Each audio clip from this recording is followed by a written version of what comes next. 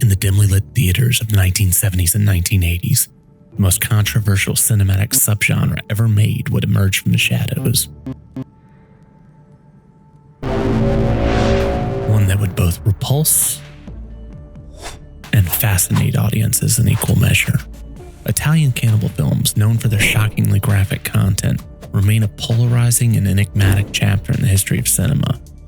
Beneath the gore, beyond the taboo, lies a profound question. I wonder who the real cannibals are. No, not that question. The real question is this. What makes us want to grapple with the uncomfortable and to explore such depths of human depravity on celluloid? In this video, we're going to embark on a journey into the heart of Italian cannibal cinema, as both voyeurs hoping to get a well-rounded vision of this subgenre, and as cinematic scientists trying to make some sense out of this carnage and maybe go a little deeper.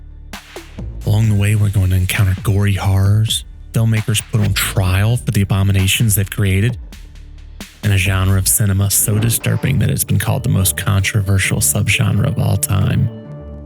And we're going to look at every single mainline film in this genre library, one by one. So stick along for the ride, because it's going to be a bumpy one. Although I feel it comes with the territory and a warning seems redundant, this video will not be for everyone. The best films in this genre offer harrowing experiences, and they are unflinching in their cruelty to men, women, and especially animals. History. Things like this happen all the time in the jungle. It's survival of the fittest. In the jungle, it's the daily violence of the strong overcoming the weak. On the periphery of the genre, however, you'll find less horrifying experiences. You'll find that just like any exploitation cycle, the best films are great, and the worst are, well, just the worst.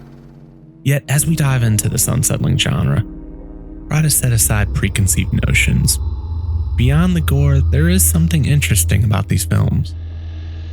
Whether or not it's artistically viable enough to warrant the horror that unfolds, that is a question every viewer determines on their own. But maybe, I hope, this video can give a pretty unbiased look at the history and the whims of Italian cult cinema's darkest subgenre.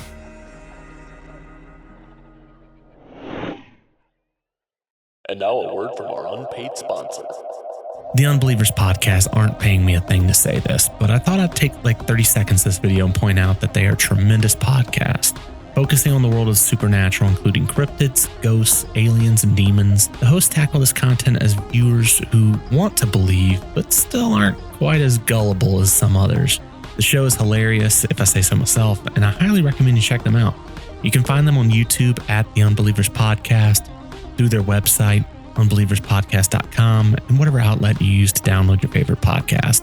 If you're a smart viewer that likes hearing about the supernatural, especially via comedy podcasts, then this show's for you. The bedrock of cannibal cinema. Tracing this cannibal film cycle back to its very origins in film and culture takes us back a lot further than just the 1970s. We can probably go back to cave paintings to find depictions of man eating man, or even just the fear of it. Among notable early depictions of cannibalism would be probably the Cronus myth in ancient Greek culture or the Saturn myth in Roman culture. In this mythos, Cronus, the father to Zeus, discovers that it is foretold that his children will rebel against him and dethrone him in much the same way as he dethroned his own father using a sickle. He proceeds to then devour his own children, save for Zeus, who escaped this fate when his mother fed Cronus a rock in place of the child. The harrowing artwork associated with these acts of filicide are far more grotesque than the original depictions, it seems, and some of these certainly stick with you. Further along the literary path, we encounter Robinson Crusoe in 1719, where our titular lead encounters dangerous cannibals and those far foreign to him on a dangerous deserted island that he is shipwrecked onto. Considering the confessional form of that novel, it becomes even more interesting considering the cinema verite style of filmmaking many of the best-known films in this cannibal cycle take. This seminal work became an offshoot for so many novels, films, and various depictions of others within the Pacific, Africa, and South America. When cinema became a norm, it wouldn't take long for filmmakers to begin essentially exploiting indigenous people of the world to satiate the infatuation that people have with cultures vastly different than their own. In the 1930s, a subgenre known as Guna Guna, or the Guna Guna epic, would come into being. Taking its name from the 1932 film Guna Guna, an authentic melodrama of the island of Bali, directed by Andre Roosevelt and Armand Denis. The movie itself is a semi-documentary of sorts, taking its name from a supposed aphrodisiac known as Guna Guna. These travelogues or newsreel-style documentaries would be a full cycle of films unto their own.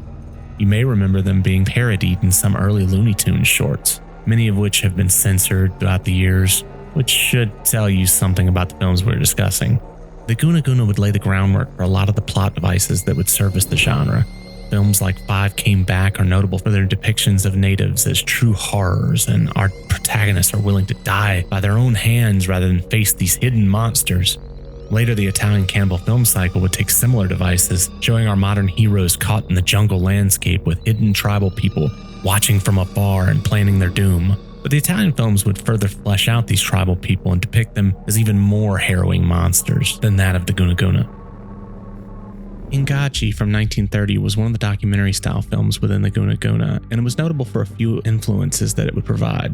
For one, its sensationalism. It was pre-code and had some very risque material, featuring topless natives, including one who was kidnapped by a man in a gorilla costume, supposedly as a sexual sacrifice.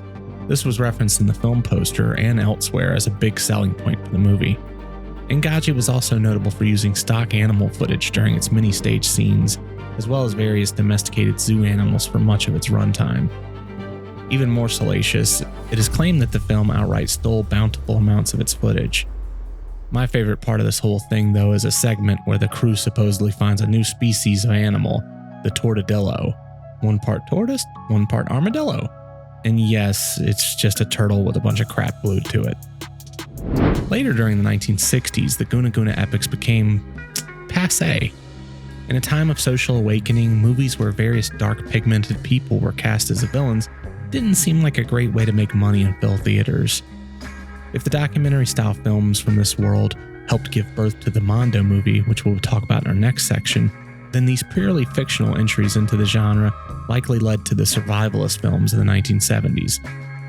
Notably for our subject today, we're talking about A Man Called Horse. Not that came from nowhere, as The Naked Prey from 1965 was very much caught between the worlds of the Guna Guna and this more harsh and gritty view of the survivalist concept. Naked Prey had its setting in Africa, but A Man Called Horse was set at home during the pioneering of the Old West. This film showed an English aristocrat being caught and held captive by the Native American tribe, the Sioux. A Man Called Horse helped kick off a small series of pioneer survivalist takes such as Jeremiah Johnson, Man in the Wilderness, the Man Called Horse sequels, among others. As mentioned previously though, there was another influence from the Guna Guna epics, and it was about to make a huge impact. How Mondo became Cannibale.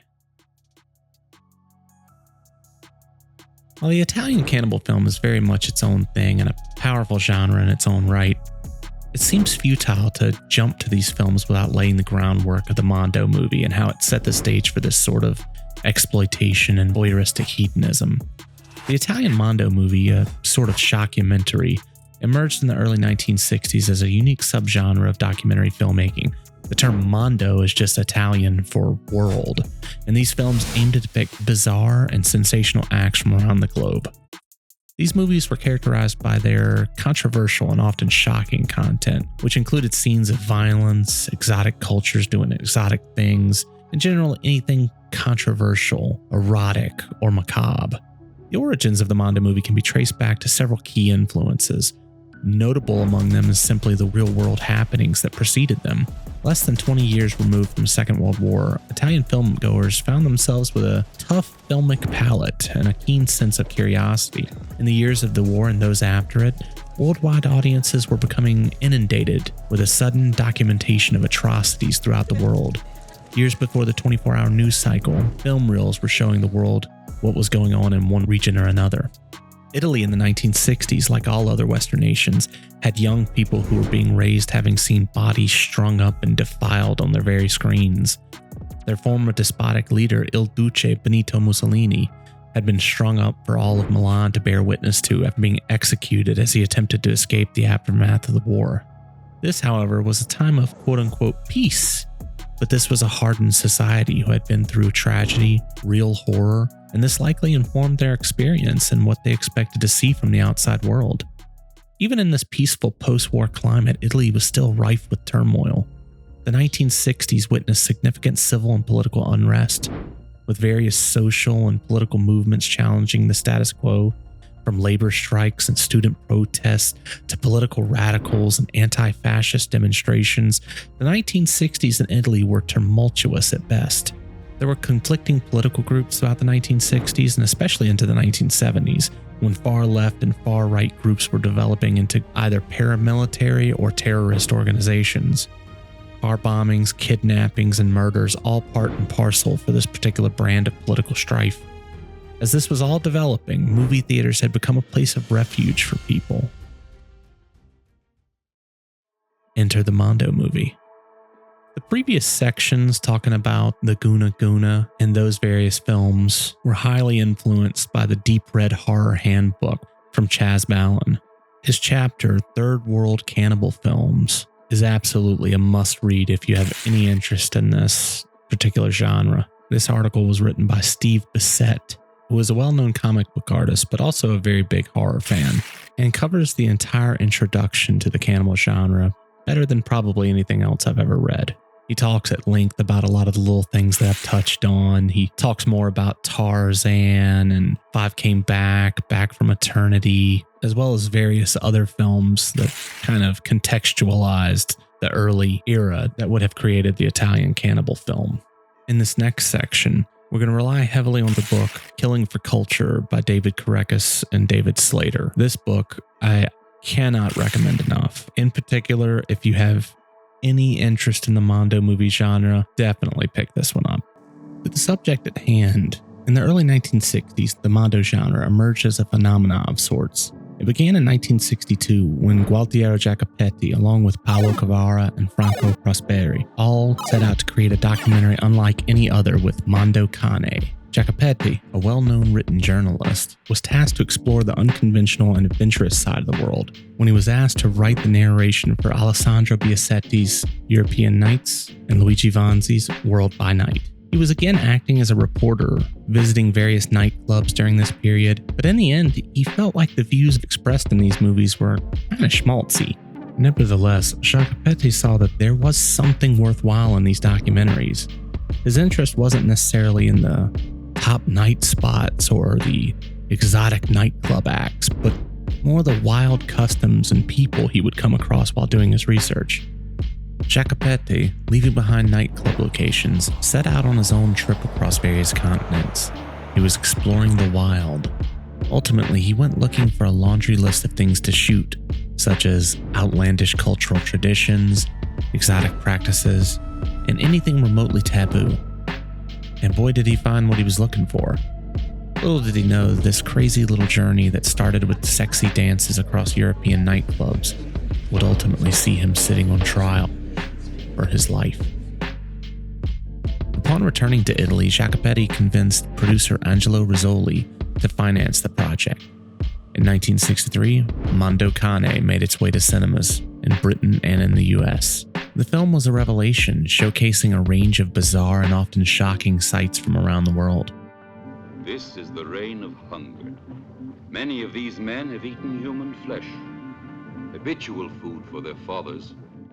In an age without the internet, one without immediate communication with one another, this concept for a film filled a massive void for people. The success of Mondo Cane led to a surge of Mondo films in 1963 and the following years. A sequel followed, Mondo Cane 2, otherwise known as Mondo Pazzo. This film actually featured the only scene that this duo has ever confessed was mostly fictional, one where a monk willfully lights himself on fire, and for which, among other reasons, Jacopetti actually disowns the film. Other filmmakers jumped on the Mondo bandwagon too, each film promising more daring and unconventional content. For instance, Romolo Marcellini's Taboos of the World delved into hunters drinking reindeer blood from these freshly killed animals, as well as the effects of leprosy on some poor unfortunate souls.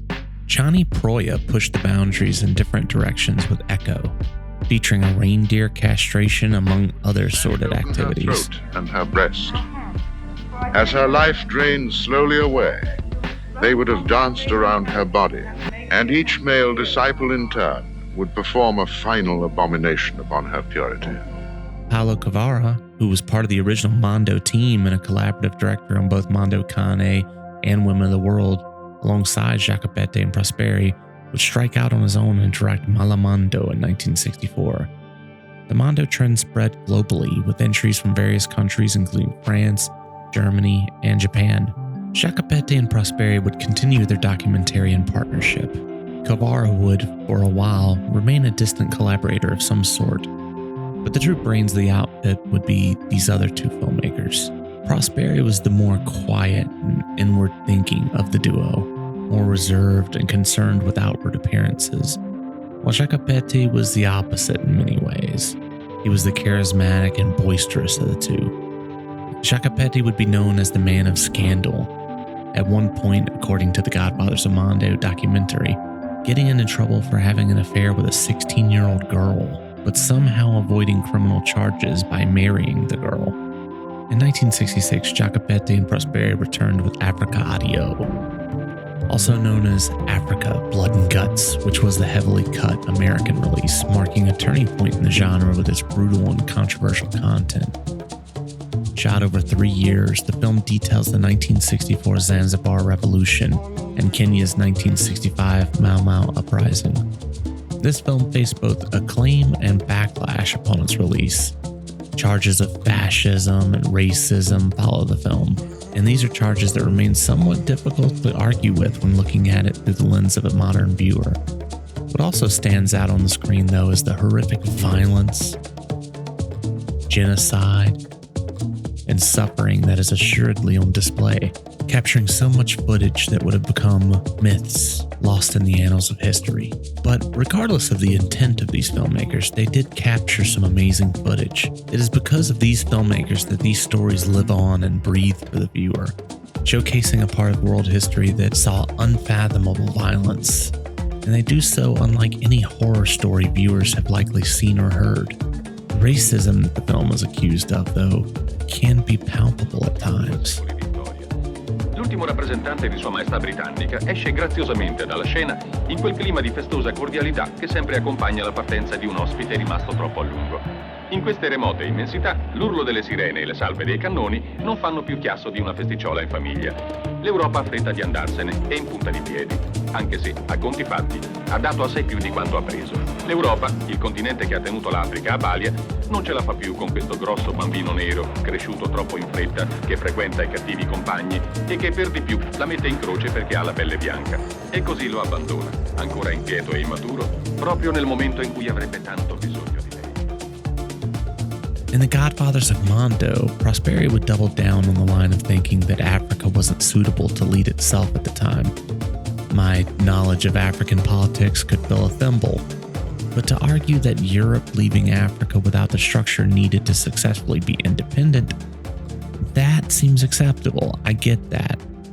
Calling the continent più con questo grosso bambino nero. well, less acceptable. For this reason, it's no wonder that Jacopete stated that the only thing he would change about the film is the narration. I would describe the cinematography in this documentary as absolutely marvelous. Just unbelievable that they managed to get some of the zoom transitions and such that they did without any forethought. Well, it is amazing, but the way in which the African people are shot in comparison to the Europeans, it does kind of stick out. The extreme close-ups on Africans, the shots featuring their faces making deformed expressions apparently taken out of context in comparison to the regal Europeans who are shot at a distance. It's apparent how the film wants you to see the African people, and at times, they're presented like animals. There have been accusations and rumors throughout time that Jacopete and company caused some of the horrors that unfold on screen. Carlo Gregoretti had been with the group at this time in Africa. He was a mutual friend of the filmmakers from earlier in their careers. Apparently, Gregoretti bore witness to the incidents following the execution of a Simba rebel at the hand of a mercenary group, which is depicted within the film. Gregoretti would write several articles for L'Espresso magazine, which accused Jacopetti of staging the execution, essentially having the man actually die on cue, as if he called for lights, camera, and action. Jacopetti, upon return to Italy and in the midst of post-production, was actually arrested and faced a murder trial. It is stated in the Times Online obituary for Jacopetti that he and his crew were able to produce documents that prove they arrived on the scene almost immediately as the execution took place, not asking for it to take place during better hours for lighting, another claim that had been made. However, in the documentary Godfathers of Mondo, Prosperi stated that everything ended when the judge asked them if real people had died on screen. And instead they claimed it was all fake, all staged, and the magistrate was happy with that answer. But that brings into question so many things. If your answer that it was all staged and fake was a lie just to get yourself off the hook, then what of the accusations that you egged things on to have these killings happen for your camera? The idea brings up some very distressing questions. In 1971, Jacopetti and Prosperi would create a pseudo-documentary in Goodbye Uncle Tom, looking to shake off the allegations of racism from Africa Audio. Goodbye Uncle Tom, unlike Africa Audio, which had a complex political history with multiple sides of the story, it had a more uniformly agreed upon villain. It's solely intended to show the atrocities of the American slave trade. What could possibly go wrong? To complicate the morality of the film further, Jacopetti and Prosperi shot the film in Haiti, which was under the rule of the dictator Francois Papadoc Duvalier, who was very close to the production and provided the film crew with all the extras they could have wanted. Essentially, the end result is a film about tortured and oppressed people being played by probably mostly tortured and oppressed people. While there were those accusations that some scenes in Africa Audio and Mondo Cane were staged, something again vehemently denied by the filmmakers, this time the directors were dealing with an entirely scripted production from the very start, but it was still shot as if it were a true-to-life documentary. Despite being staged, Goodbye Uncle Tom still managed to be as disturbing as Africa Audio because of its realistic depiction of such inhumane material. Though to be perfectly honest, the filmmakers do revel in the violence and disturbing material a bit much, to the point that it does come off as pretty gratuitous. It takes a hardened palate to sit through this one, but if you're part of the audience that can accept its depravity, it is a morally conflicted film that talks about a subject that rarely is talked about with as much brutal honesty. Although it's easy to talk about Jacopetti and Prosperi because they invented the genre and arguably made the best films to emerge from it as well, the actual number of Mondo movies produced through the 1960s and 1970s is shockingly high. Hopefully we've explored enough of that to give you, the viewer, an idea of how the genre became a part of the national zeitgeist at this point. Although there are many Mondo movies during this era, the big key that ties things together with the Italian cannibal film motif are these three things: the fascination with the other, the exotic, the abnormal, the different. This is the crux of the Mondo film, and it's a huge component of the Italian cannibal film as well: animal cruelty.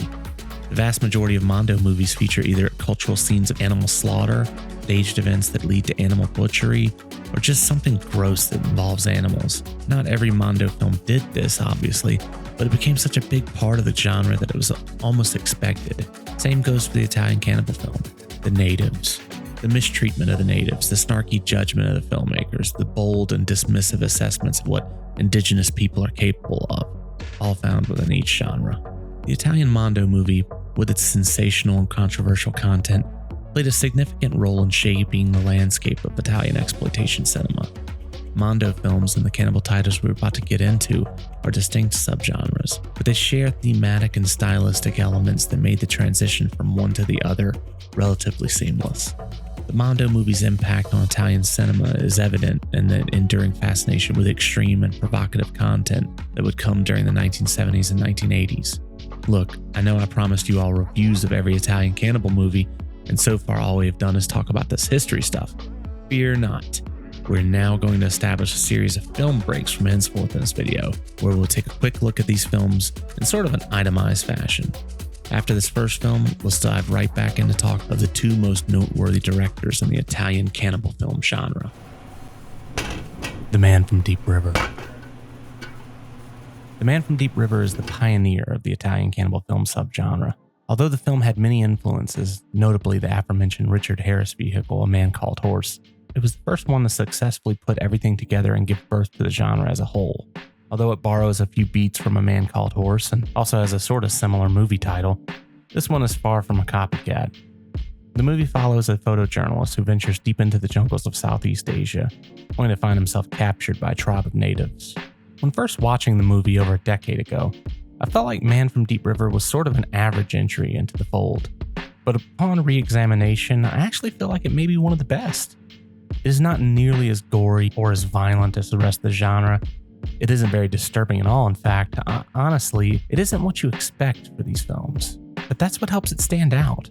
And along the way, it delivers more heart and genuine storytelling than many other films in this niche. At its heart, it's actually a love story between the characters played by Ivan Razumov and cannibal film staple Mimi Lay. Razumov is at first captured, coerced, and enslaved by this tribe in the jungles of Thailand.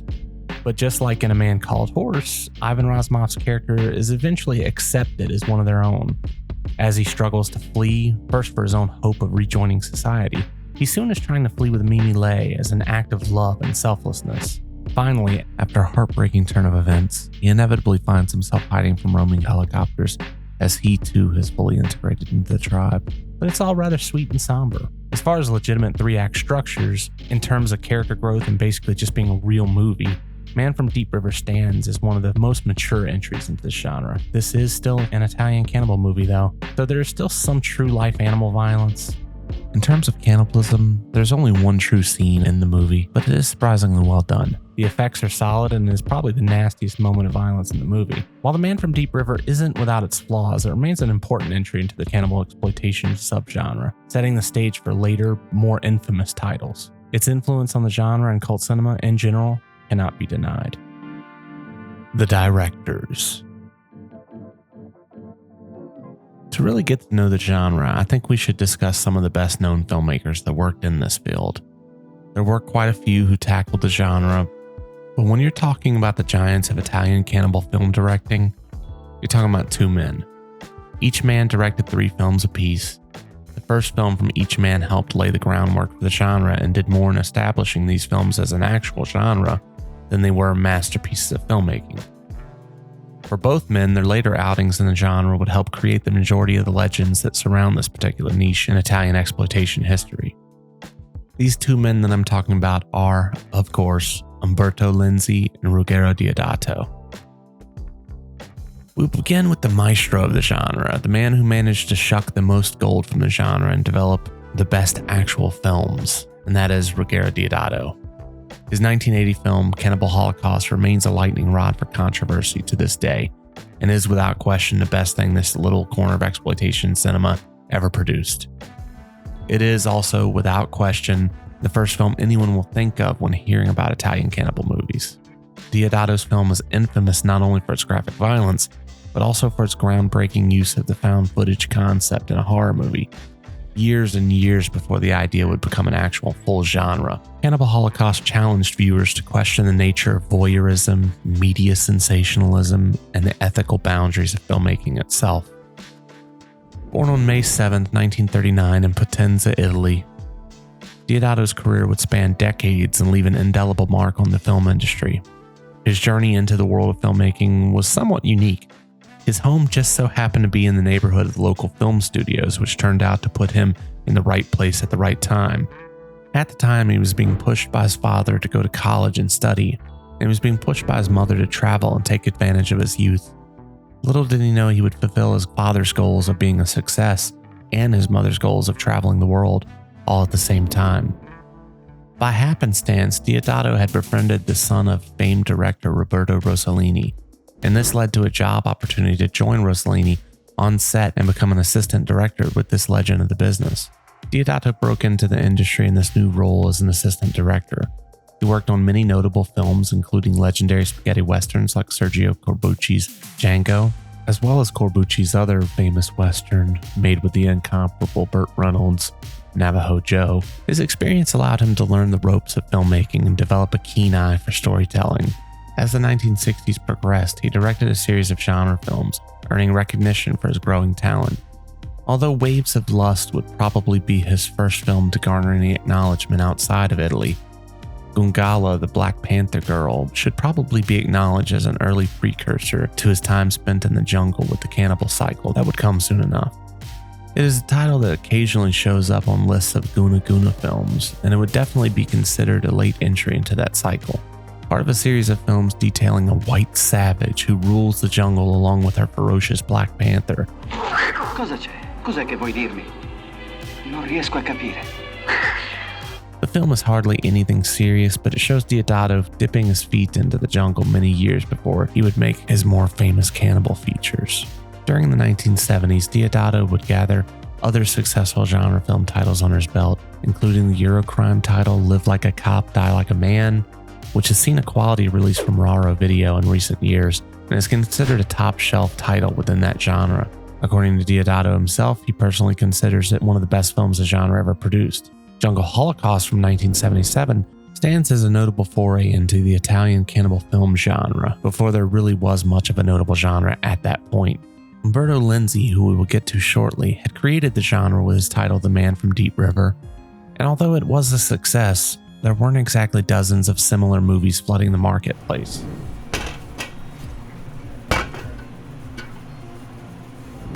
Jungle Holocaust, 1977. Jungle Holocaust is a gritty and unsparing entry into the Italian cannibal film library, firmly establishing Ruggero Deodato's directorial prowess within the genre. Right from the start of his foray into the jungle, he maintains the raw, unflinching approach that would later become his hallmark.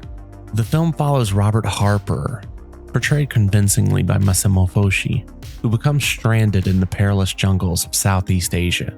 Drawing parallels to Deodato's other films, Jungle Holocaust explores the darker facets of humanity, notably through Harper's survival journey as he confronts not only the savage indigenous people, but also his own descent into brutality. The pace for Jungle Holocaust both sets it apart and also acts as a disservice to it at times. Within the first 20 minutes of the film, our heroes have crash-landed into the Filipino jungles. Mistakes are made that ensure they are forced to stay. The prospect of cannibals in the jungle is introduced. We've seen real animal violence. One human victim is seen being eaten, one is killed via a booby trap, and the two remaining protagonists at the 20-minute mark are making their first attempt to escape the jungle. So much happens so quickly in the film. The weight of death is kind of glossed over, and we don't have a whole lot of time to take in and really think about all the things that are happening. The movie moves so fast that by the time we get to 38 minutes into the film, the protagonist is flashing back to things that happened just 3 minutes beforehand. The cave setting the cannibals live in is an amazing set piece that again makes the film appear so much bigger than it really is. Apparently, this huge setting is really where the natives in the film actually lived. It had, according to legend, been featured in a National Geographic magazine, which ultimately put it on Deodato's radar. This then led to the film being based around this tribe, and it is stated that the majority of the indigenous cast truly were tribespeople. The cinematography throughout beautifully captures the lush yet unforgiving terrain. Although many scenes are a little dark, the dark cinematography and the grimy appearance of the tribal people helps create an atmosphere that stands out from Cannibal Holocaust. Truly, we can see in this film how Deodato was preparing for Cannibal Holocaust. I am thinking in particular of the worst scene of carnage in the film, where we see a decapitation and various other acts performed while a lighthearted theme song plays across the soundtrack. It very much reflects what Deodato would expound upon in Cannibal Holocaust, with his juxtaposition of soothing music with horrific violence. As is expected, there's a good bit of animal violence to go with the cannibal bloodshed. We see a few animal versus animal scenes, as well as a sequence where a bird and a snake are done in on camera. Does the violence serve much in the way of leading the plot? Not in any fashion that the scenes couldn't have been faked and still had the same overall effect, but this is the genre we signed up for. Overall, Jungle Holocaust has a lot of positives going for it. For me, it is always fighting for a top 3 spot, but it has a lot of tough competition. Jungle Holocaust was in fact supposed to be directed by Lenzi as a sequel to Man from Deep River, but Lenzi turned down the title and it ended up on Deodato's plate. According to Deodato, he says Man from Deep River was actually a flop. And since the producer of that film had also seen great success with Live Like a Cop, Die Like a Man, he gave this new project to Deodato in order to ensure its success. It could be that this is entirely true, but part of me wonders if Deodato didn't like that he couldn't take sole credit for creating the genre. No offense to him, but what is the next best thing? Being able to say you're better than the guy who directed the first picture and you did it better than anyone else. E non voglio parlare dei seguiti dei film che hanno seguito il Cannibal, perché? Perché no? Perché... just want to say, what do you think about No, perché li odio, perché vedo che tutto è brutto, i costumi, le location, è tutto falso, si vede che non c'è il lavoro, si sente che non c'è il lavoro. C'è solo ammazza quest'altro. Contradicting Deodato's story, Umberto Lenzi had a lot to say about the situation in Eaten Alive, The Rise and Fall of the Italian Cannibal film. Lenzi states that since Man from Deep River was such a success, they wanted him, Mimi Lai, and Ivan Razumov to sign on the dotted line. Lenzi said he was more than happy to do so, but since the first film was so successful, he felt like he had earned an upgrade in pay, and since they wouldn't meet his demand, he moved on. So we end up some 5 years after the original Italian Cannibal film hit the streets, and Jungle Holocaust is released in February of 1977. From here, the floodgates are opened. Although Jungle Holocaust may not have garnered the same notoriety as its successor, it laid the groundwork for Deodato's exploration of the darker facets of human nature, which he would further push to extremes in Cannibal Holocaust. The film serves as a crucial chapter in the evolution of the Italian cannibal genre, showcasing Deodato's penchant for pushing boundaries and challenging societal norms through his cinema. Indeed, Jungle Holocaust made some form of a name for itself. Later that same year, we would see Emmanuelle and the Last Cannibals, and then a year later, we'd get Mountain of the Cannibal God in 1978. Before Deodato directed his most well-known film, he was already inspiring the exploitation film community to start producing more and more content.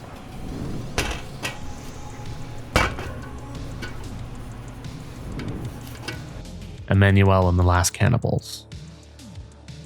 Emmanuelle and the Last Cannibals is a distinctive addition to the Italian cannibal film genre. Directed by trash maestro Joe D'Amato, this film carries the genre's signature elements while offering its own unique twist. The movie primarily revolves around Laura Gemser's iconic character Emmanuelle, or Black Emmanuelle if you're crass and following Italian tradition. Covering the Emmanuelle phenomena is too much to encapsulate right here, but all you need to know is that there was a French film made in 1974 called Emmanuelle, spelled with 2 M's and starring Sylvia Kristel. Then, 1 year later, Black Emmanuelle was released and Laura Gemser became a legend. In this film, the character of Emmanuelle, roaming reporter and empowered woman who uses sex as a weapon, embarks on a journey deep into the Amazon rainforest. What sets Emmanuelle and the Last Cannibal apart from the average Italian cannibal entries out there is its overly erotic take on the subgenre. You're really, really crazy. Maybe I am. But right now I want to make love. Right now? Right now. Combining graphic violence with explicit sexuality, which is not uncommon in the works of D'Amato. This makes the movie feel like its own thing. None of this is shocking after all. This is the director who brought us Porno Holocaust and Erotic Nights of the Living Dead. What might surprise some viewers, though, is the gratuitous nature of the violence. While there is no animal violence here, what's left is still quite grisly. Often when you have a sexually charged horror film, it's either exploitative for its sex or its violence. But D'Amato was one who capitalized on both. He never seemed to buy into the old "you can't serve two masters" expression. Because for as sexually charged as this softcore entry is, and for sure that's how gratuitous the sex is in this movie, the gore and violence matches it easily. Bodily appendages are removed, chests are opened up like heart surgery is being performed. We get one of the least effective full body dismemberments ever. And overall, if you came for violence, you got it. Laura Gemser is someone who deserves an hour-long video dedicated solely to her deep library of films. Deals out a solid performance here. These roles aren't written in a way that requires tons of dynamic changes in character motivation, but Gemser is an actress that has made her name off of her presence and general charisma. She has that in spades, and it shows through despite the awful dubbing. The direction is competent. The scenery often looks less like a jungle and more like a European forest, but that is to be expected in a lot of these movies. The music in the film is absolutely excellent. The same composer worked on a lot of the Italian Emanuele movies, and he and D'Amato worked well with one another. The synth score here is shockingly good. Towards the end, the film starts a little trope of the genre as Gimser paints a symbol on her nude body to convince the cannibals that she is a god. This pops up again later within the genre. Ultimately, Emanuele and the Last Cannibals fits comfortably within the Italian cannibal film canon. Although it takes a little bit of time to get going, the final 30 minutes or so is pure jungle survival. It's not the best of the genre, but it's among Joe D'Amato's best work and should probably be seen for that alone. A notable discussion is to be had about the growth of the genre between Lindsay's Man from Deep River and Deodato's Jungle Holocaust. One of the things to take note of for sure is the influence of Japanese audiences on the film. Naked ritualistic mutilation of a woman? Ho-hum. Slitting open a hog-nosed coon? Freak the fuck out. The number one thing this movie gets criticized for is the animal killings. And Ruggero Deodato had an explanation and a rationale. He had made an earlier film called Jungle Holocaust. Actually, let's back up a little bit. The first cannibal film was Man from Deep River, 1972, directed by Umberto Lenzi. Man trying to escape from cannibal captivity. And then the producers of that movie wanted Lenzi to make a second cannibal film called Ultimo Mondo Cannibale. But Lenzi was a pretty established guy by then. He was known for his erotic thrillers and his crime films, and so he didn't want to make another cannibal film. So the producers gave the script to Deodato Ruggero, and he went to Mindanao, the island of Mindanao. So anyway, Jungle Holocaust, released in America as Last Cannibal World, made so much money that the producers wanted another one, and that's how Deodato ended up doing Cannibal Holocaust. The producers of Man from Deep River had noticed that movies make more money in Asia if they have on-screen killing of animals.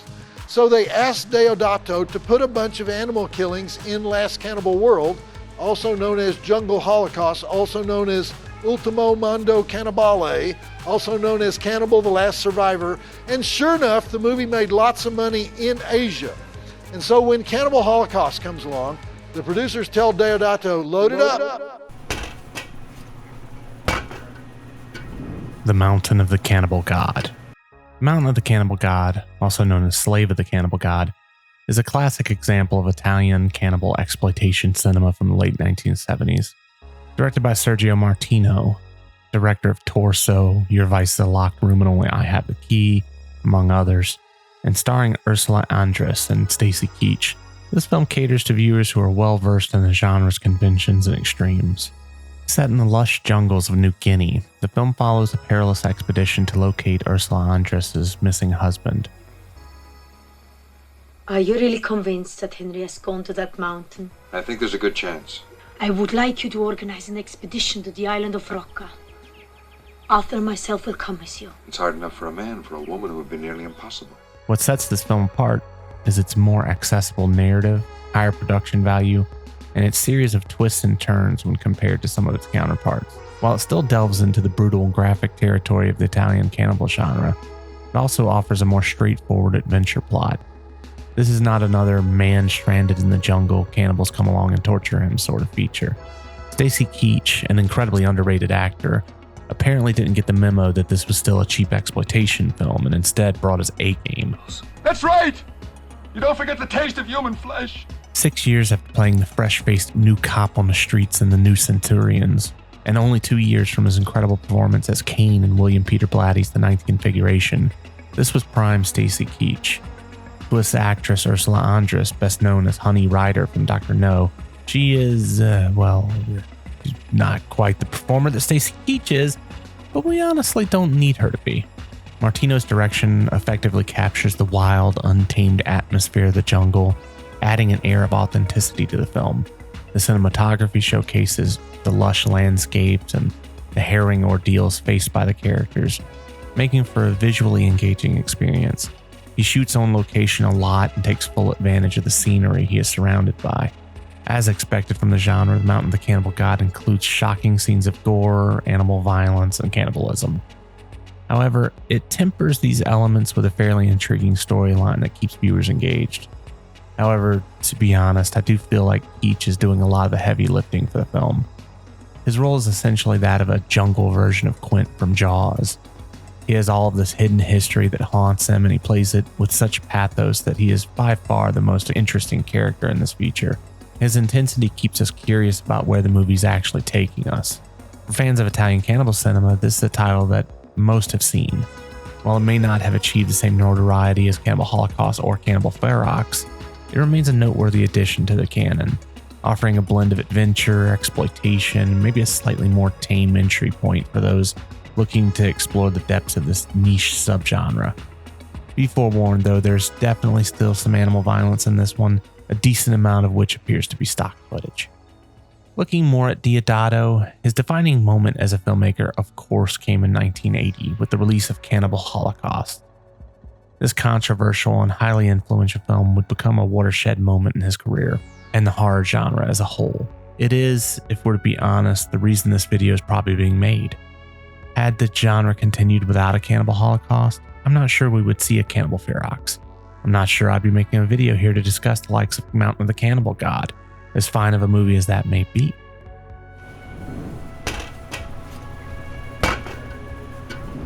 Cannibal Holocaust. Cannibal Holocaust is the big one. It's the one movie everyone thinks of when they picture this genre. It is, without question, the best film the genre ever produced. Ruggero Deodato's innovative use of documentary-style filmmaking is often brought up in comparison to the Blair Witch. Eduardo Sanchez has stated in interviews that he had never seen Cannibal Holocaust before Blair Witch, and if he had, he'd never have made Blair Witch because he would have felt his movie would be a retread. And I believe him when he says he didn't see it beforehand. Before the internet, you had to be really tuned into the scene to be familiar with the Italian cannibal films. But as we saw with Goodbye Uncle Tom, not even Cannibal Holocaust was the first fake documentary with shocking content. It was just the first to present itself in such a realistic way.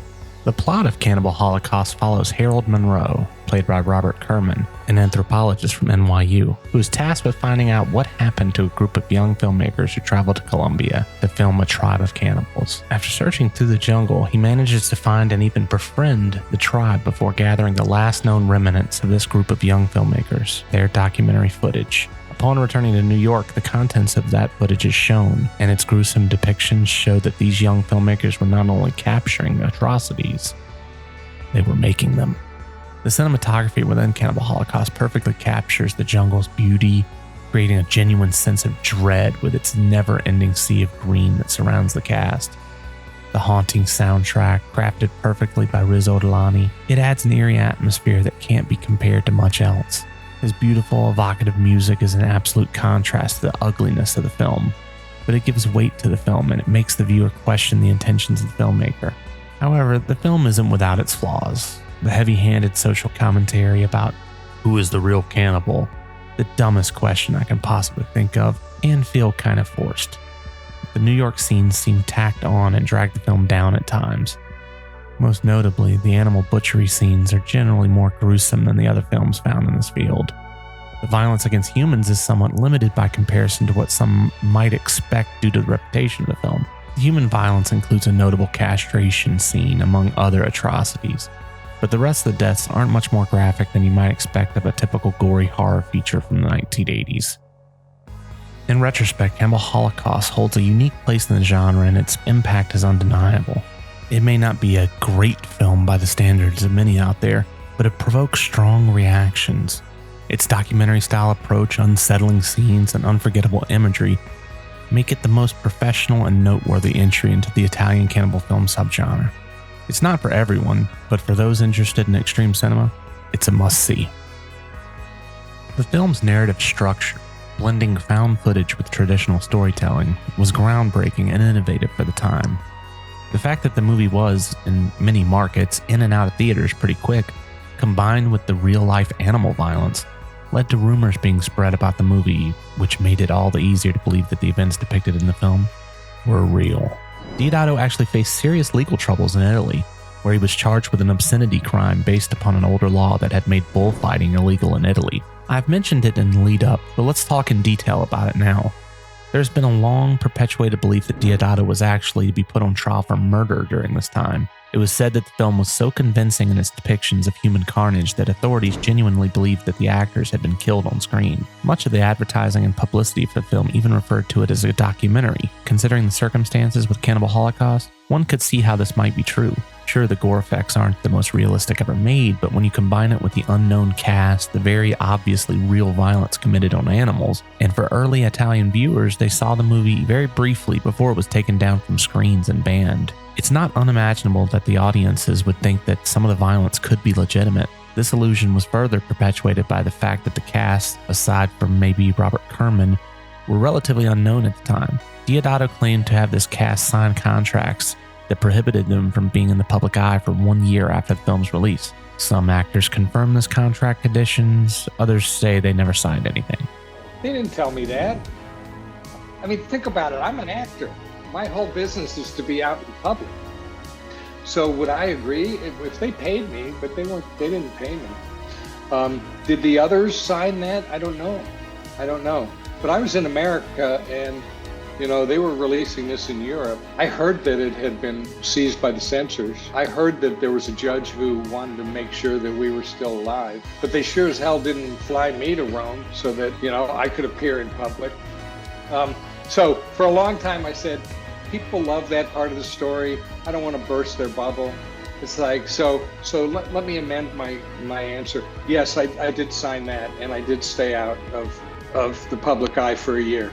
Yes. Going back to this legendary trial, it is stated that the court proceedings hinged on Deodato's ability to prove that the actors were alive and well, and that the gruesome scenes were meticulously crafted special effects.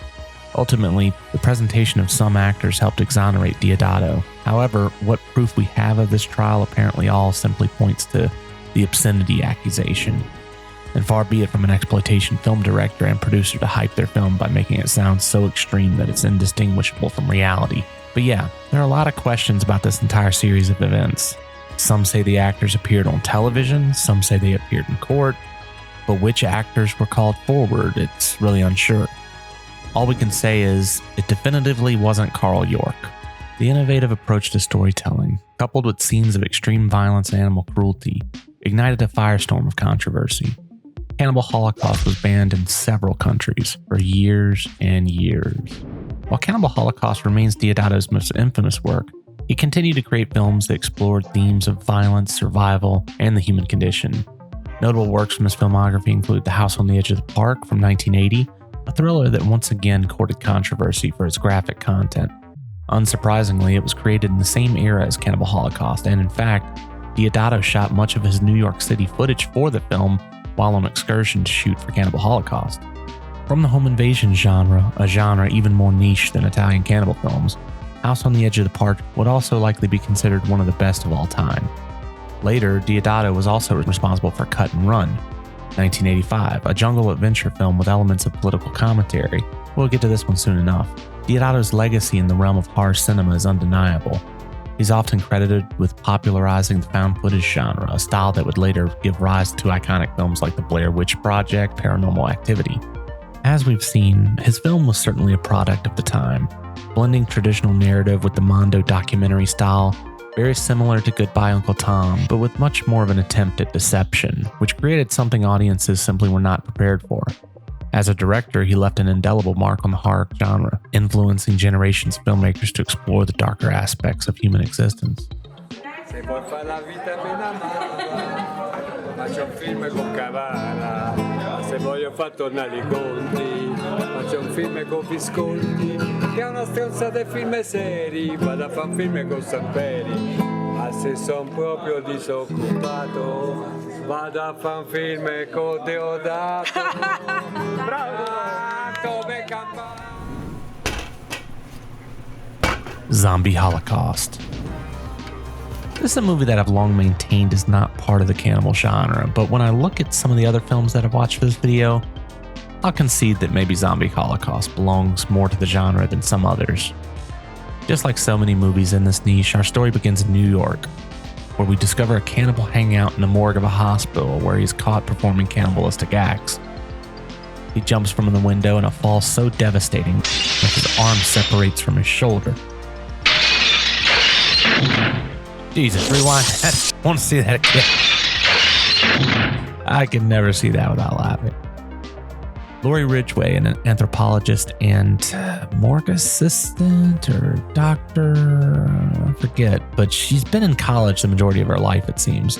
They find a symbol in the dead man's chest and track it to the island of Quito. Ridgway is contacted by a Dr. Peter Chandler, played by Ian McCulloch, who interviews Ridgway as if he's a detective.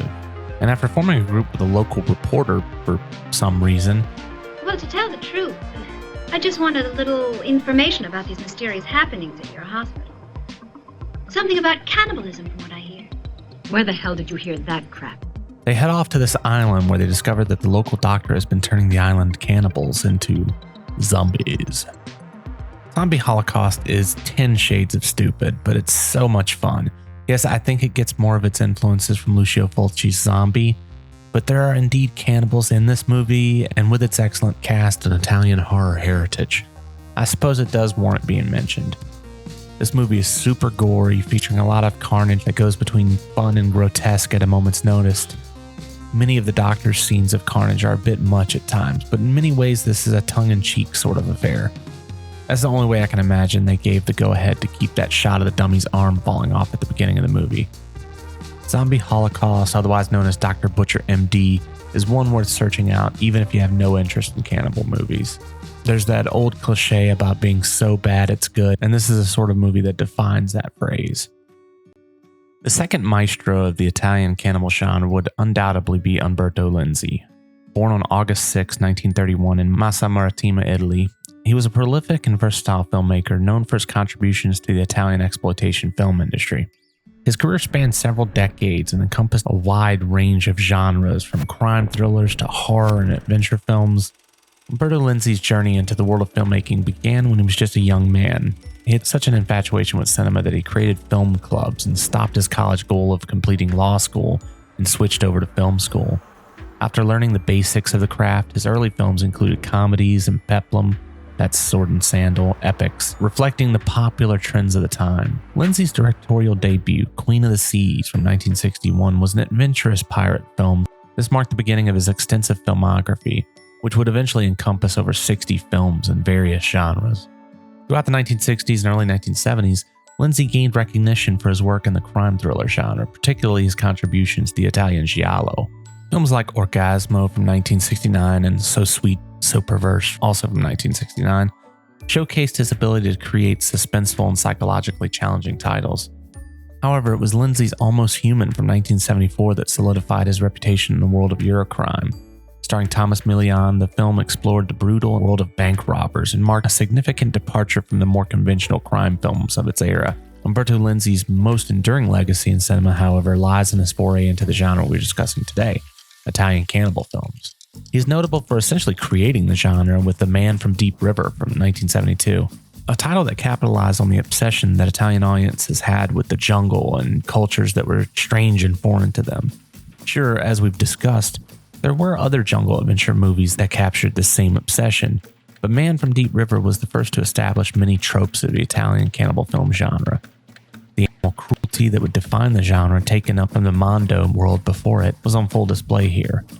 The socialite captured by the natives and forced to endure the laws of the jungle, defined in this very film. Films such as Mountain of the Cannibal God and Emmanuel and the Last Cannibals, which came much later, both at times have scenes of characters captured, tortured, and kept in similar circumstances as found in Man from Deep River. In 1977, Deodato would ignite a fire for these movies, some 5 years after Lenzi directed Man from Deep River by directing Jungle Holocaust. Afterward, there were numerous other similar films, as well as the monster, Cannibal Holocaust. We've talked about Lenzi's connections to Jungle Holocaust, and one has to think he felt a little left out seeing so many others taking part in this new Italian genre film cycle, with him sort of being left in the past as the man who ostensibly created the platform. So in 1980, Lenzi returned to the genre with Eaten Alive, a nasty little title that, although it doesn't reinvent anything, it does provide a new progression of violence found in the films. Eaten Alive. Eaten Alive is probably a top contender for the third most infamous Italian cannibal film out there. From its grim poster art to its nasty content, it earns its spot with ease. While not as gruesome as Cannibal Holocaust or Lenzi's future work, Eaten Alive has a lot going for it. It shows Lenzi picking up where he left off with Man from Deep River, Again, his interests are in crafting a story that just so happens to feature cannibals, as opposed to focusing entirely on that aspect. In this film, Janet Agron plays a young Southern belle named Sheila. I'd be remiss not to mention that this Southern belle goes in and out of her Southern accent in the English dub over and over again. Well, when was the last time you had news of your sister? Well, about 6 months ago. Why? It's like I'm falling in a bottomless pit. I'm going crazy. Please, help me to get away from here. Sheila finds that her sister has gone missing. She is determined to find her and discovers that her last known whereabouts were in New York alongside a cult leader named Jonas, played by Ivan Razumov. Sheila enlists the help of Vietnam veteran Mark, played by Robert Kerman. These two head out into the jungles of New Guinea, though the movie was actually filmed in Sri Lanka. And they soon stumble upon Sheila's sister, Jonas, and a cult of 70+ members, as well as a jungle crawling with violent cannibals. The Jonestown Massacre was still fresh in the mind of viewers when they stumbled upon Umberto Lenzi's sleazy second foray into the cannibal film genre. Capitalizing on this tragedy, Lenzi's movie feels more like a cash grab than just about any other film that I've seen from him.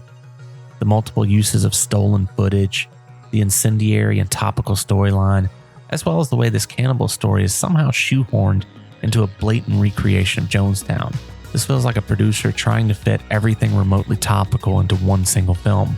There's an alligator attack stolen from Mountain of the Cannibal God.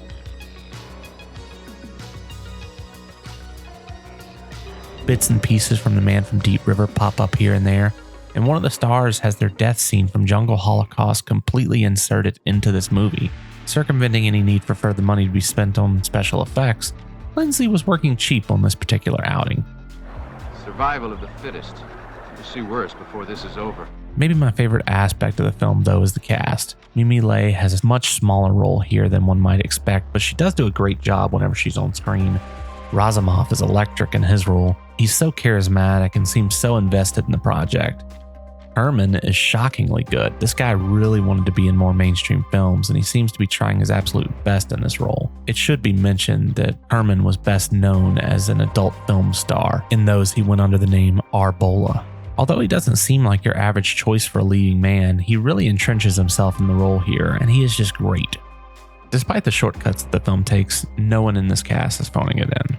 The special effects vary in the film, but I think most are pretty solid. There are a few gruesome death scenes that stand out and should be commended. Overall, while not nearly as popular as the other films, you can easily see why this one has the reputation that it does. After Eaten Alive, though, Lenzi would develop what is easily the second most famous entry into the genre. In 1981, he directed Cannibal Ferox, also known as Make Them Die Slowly, which became one of the most infamous and talked about Italian cannibal films ever made. Cannibal Ferox follows a group of people who journey deep into the Amazon rainforest and encounter violent indigenous tribes. Shocker. However, the film was characterized by its explicit scenes of gore, violence, and yet again, animal cruelty. Lenzi included a good bit of stock footage, more so than Deodato's magnum opus, but the levels of depravity found in Ferox would make it a notable title with ease. Like Cannibal Holocaust, it started controversy and faced censorship in several countries. Cannibal Ferox. Cannibal Ferox is the disco-fueled nightmare sister to Cannibal Holocaust. The story follows anthropology student Gloria, played by Lorraine Dessau, who is on an expedition with her brother to debunk the mythos of, well, cannibalism. It's really goofy.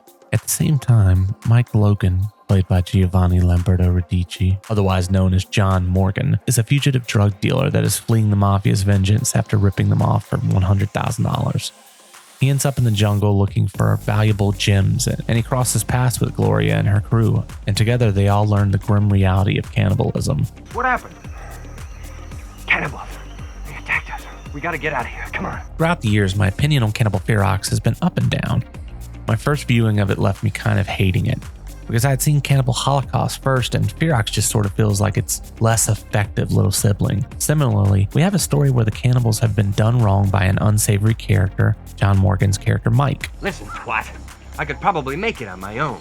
But I like you kids. We then see the cannibals enact their vengeance, and it all feels a little redundant to Cannibal Holocaust, which the film obviously looks to ape, although I doubt Lenzi would ever admit to that. Cannibal Ferox is definitely a nasty film. The violence is through the roof, but sometimes gore alone is not enough. Unlike Cannibal Holocaust, Ferox goes back and forth between shooting on location and placing the camera on a set.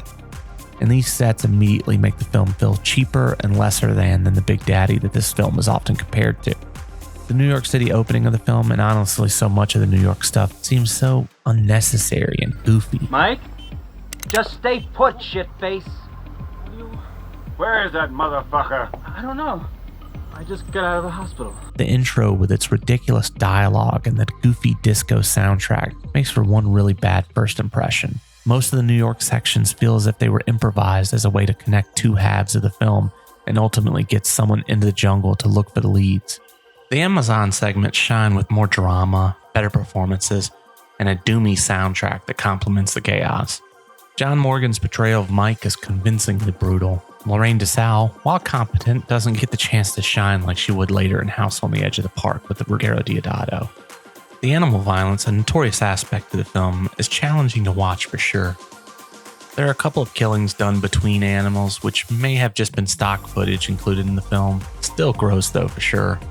Ultimately, the film's impact depends upon the viewer.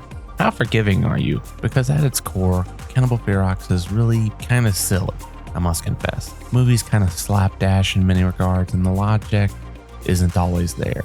This is from a genre that's well known for its poor attempts at philosophy in order to justify its cruelty. What a goddamn fool I was. Thinking I had to leave New York to find the reasons behind cannibalism. Do you realize it's us, the so-called civilized people, who are responsible for their cruelty? But it's not us and our superior society. But that's completely nuts. No. Violence breeds violence. Ferox seems like it tacked on its philosophical edge at the last minute. What it does bring, from its first scene until its last, is a great amount of nihilism and pessimism. It would later be outdone by Eli Roth's Green Inferno, in my opinion, as the most nihilistic cannibal film. But that doesn't make this one any less unbearable to watch at times. No one is safe in Cannibal Ferox, and good people meet tragic ends, and their demise is usually gratuitous. Cannibal Ferox was met with considerable outrage due to its graphic content, including the aforementioned scenes of real animal violence. Lindsay defended the use of these scenes as authentic portrayals of indigenous practices, but it still doesn't excuse the fact that you really could have just faked it, right? I said, are you actually going to kill this monkey on camera? And he said, yeah. And I said, but this is the movies. You don't have to do that. And he said, yeah, right, but we're in the Amazon. Despite the attention garnered by his cannibal films, Umberto Lenzi continued to work in various genres throughout the 1980s and 1990s. He directed horror films like Ghost House and Black Demons, as well as thrillers like Hitcher in the Dark. Go ahead. Beg my forgiveness. Beg, goddammit! Umberto Lenzi's career embodies the diversity and audacity of Italian exploitation cinema. And although I wouldn't say he directed the best films this subgenre provided, I would highly recommend his catalog of films because he directed many great ones in many other genres during his long career. Indigenous people and animal cruelty. One cannot discuss Italian cannibal cinema without mentioning the questionable portrayals of indigenous cultures. These films often depicted indigenous peoples as savage, bloodthirsty cannibals, perpetuating long-standing stereotypes. However, some argue that beneath this troubling portrayal lies a subtextual critique of Western imperialism and cultural arrogance. By casting indigenous people as the other, these films may have sought to challenge viewers to confront their own biases and prejudices. Does that sound like bullshit? That's probably bullshit. Cannibal Apocalypse. I'm always on the fence on whether or not I feel Cannibal Apocalypse is a true-to-life Italian cannibal film. Certainly, it's not a third-world cannibal film due to its setting. Sure, its production history makes it a thoroughbred Italian feature, and absolutely the content revolves around cannibalism. The inclusion of the cannibalism is likely inspired by the cinematic cycle we're talking about today. But it also has a very strong Dawn of the Dead inspiration. It isn't set in the jungle, and it lacks all connection with the films that inspired the original cannibal film cycle. This may be the first film we talked about that has its only roots within this current cycle of films. Those hints of the Guna Guna or Mondo movie are almost all but missing from this feature. I've always counted Cannibal Apocalypse as one of my favorites from the genre, though I've never seen it as an authentic cannibal picture due to its lack of jungle. However, upon revisiting it for this video, I have to say, this is a pretty dumb movie. Dumb in a fun way, yeah, but there's no doubt that the script for this one is pretty below standard. The film follows Hopper, a Vietnam veteran played by John Saxon, who is haunted by his experiences during the war. One day, a familiar name pops back into his life, Charles Bukowski. No, not the noted poet and author. This is just John Morgan putting in another great performance as a weirdo Vietnam veteran who, when Saxon last saw him, was in a hole in Vietnam practicing cannibalism. Now it seems Bukowski hasn't left his man-eating ways behind him, and Hopper may be the one to reel him in. I feel like attacking Cannibal Apocalypse would be like shooting fish in a barrel. But of all the movies we've covered so far, this one may be the most nonsensical in a lot of ways, even more than Eaten Alive. What I left out of the plot synopsis is that the reason for Bukowski's cannibalism is that he has caught some kind of unexplained contagious disease. Does it come from the Vietnamese military? Maybe the US military? Your guess is as good as mine. Also puzzling is how several years after the war, Bukowski is able to at first fight off all temptations and seemingly live life like a normal human being. However, after he does eventually take a bite out of someone passing along this disease, those people immediately become near mindless zombies. It's a bit of a spoiler, but we learn early on that John Saxon was bit in Vietnam, and he too has lived a very normal life since the war and has had no experiences that show any signs of this disease whatsoever. The incubation period for this disease is just all over the place. The cast for the film, as you may have already been able to tell, is spectacular. The special effects made for a fun ride, and although there's not a lot of gore, the exploding stomach scene during the last half of the film is just excellent and is a real bright spot for the genre. Despite how goofy the movie is, I must admit I still have fun with this film. It's dumb fun with some decent gore effects, a really great cast, and a lot of fun things along the way. Plus, it's just nice to see one of these movies and not see some poor alligator getting killed off or something. Overall, Cannibal Apocalypse is a movie set in the big city, making it hard to conceive of it as a true Italian cannibal film, but with all of its little elements making up for a silly script, it is somehow must-see entertainment. If you're looking for a fun flick to throw on and not deal with any of the heavy attributes that this genre is known for, this is one to check out. There are two trains of thought on the presentation of indigenous people in these movies. That these films and the Mondo titles that came before them are, well, pretty racist. They present realities that paint these indigenous people in the worst possible light, often with the only good members of a particular tribe being the beautiful women who bear it all for the screen. And this mentality goes back to the Mondo films as well, where Jacopetti and Prosperi were accused of helping instigate horrible atrocities that could then be filmed, especially in the case of Africa Audio. There are those who claim that Cannibal Holocaust may actually be a criticism of these filmmakers. This is a movie which features a plot where a demented documentary film crew head out into the jungle, torture the natives, burn down their village, and then film the ensuing chaos. What were these characters other than stand-ins for Jacopetti and Prosperi? Deodato was surely sickened by the genre as well as the cannibal films that had come after the heyday of the Mondo movie, right? Of course, this theory comes with a few hitches. First, as we discussed, Cannibal Holocaust wasn't Deodato's first cannibal film. And if the film was a shot at anyone, it likely wasn't Jacopetti or Prosperi. In the book Cannibal Holocaust and the Savage Cinema of Ruggero Deodato, the filmmakers interviewed and asked, point blank, have the films of Jacopetti inspired you? His response, Jacopetti managed to intuitively know 20 years in advance everything which is happening now. His films were truly beautiful. That book, by the way, is highly recommended if you're wanting more information about this filmmaker or the genre. With that said, Deodato cemented his thoughts even further throughout the course of the interview within the book. The film was a response to a certain type of journalism that was common during this period. The film was a condemnation of the journalism that was popular at the time, covering the Red Brigade and the violence that was on television daily as this group racked up casualties. This era in Italian history is literally referred to as the Years of Lead, and political violence was widespread. The filmmaker explicitly mentioned in that same written interview from the Savage Cinema of Ruggero Deodato that at the time, the people of Italy were accustomed to death and grisly violence on their television screen every day. This is certainly an aspect of what plays into the dark subject matter and the strange hypocrisy of Cannibal Holocaust. That being said, going back to the original subject, I really have a hard time calling these cannibal films racist per se. If anything, I'd say they are a perfect storm of unknowing ignorance, the lack of connection throughout the world, and a heavy dose of morbid curiosity. The audiences were as guilty of this as the filmmakers. They wanted to see other cultures, they wanted them to be vastly different from their own, and exploitation filmmakers are going to deliver what the market wants. Morally, this genre offers a lot to wrestle with, and when charges of racism are actually the lightest sentences you're facing, you know you're in dangerous territory.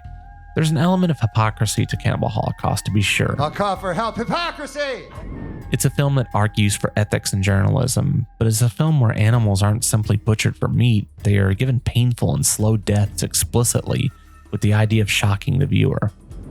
It's a movie that displays to us that the Western colonists are indeed far more barbaric than the indigenous people of the jungle. But with all of this respect, the film still ultimately shows that these people are very much capable of being the savages that they are expected to be.